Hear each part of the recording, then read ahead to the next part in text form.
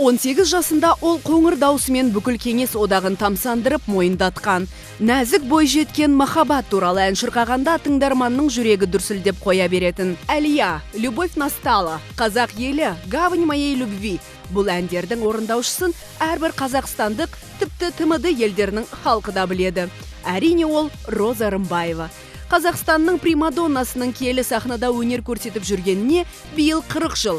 Осы мерейтойлық датаны халық әртісі «Ертеңіме сенемін» деп аталатын жеке концертімен тыңдармандарымен бірге атап өтті. Бұл күн Роза Қуанышқызының туған күнімен тұспа-тұс келді. 40 жылдың ішінде Роза Рымбаеваға деген халықтың ыстық ықыласы бір сәтке де азайған емес. Мұның өзіндік сыры бар.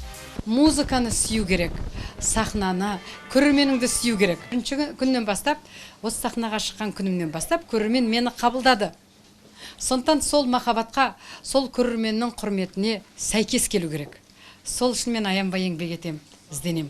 Концерттің музыкалық продюсері міндетін Роза Рымбаеваның үлкен ұлы әнші Али Оқапов атқарды. Бірақ музыка мен үшін жұмыс емес, өнер, деді орындаушы. Сондықтан да шығармашылық концертті ұйымдастыруға ат салысу Әли үшін ешбір қиындық тудырмады.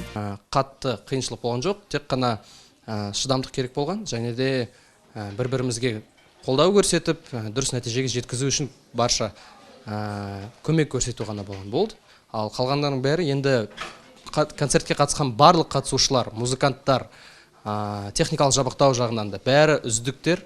Барлығы да тәжірибелі, барлығы да шынымен де мықтылардың мықтылары, жүзден жүйрік дегендей. Сондықтан еште бір қобалжу жоқ. Шығармашылық есеп беру концертінде өнер көрсетіп Роза Қуанышқызын туған күнімен құттықтауға көптеген әртістер де келді. Ал Мәдина Садуақасова өнердегі тәлімгеріне Ақматадан тігілген әсем көйлек сыйлады.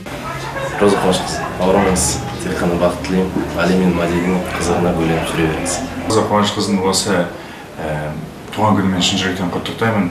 Сахнада 40 жыл деген бұл үлкен уақыт, үлкен өнер. Сол себептен ол кісіге тек қана алдағы уақытта табыс тілеймін. Барлық қойған мақсаттарына жетсін. Шаршамасын, осылай өнерін қазақ еліне көрсете берсін. Я хочу пожелать. Мен Роза Қуанышқызына гармония мен бақыт тілеймін. Балаларыңыз бен болашақ немерелеріңіздің қызығын көріңіз. Онымен қоса денсаулық пен ұзақ ғұмыр тілеймін.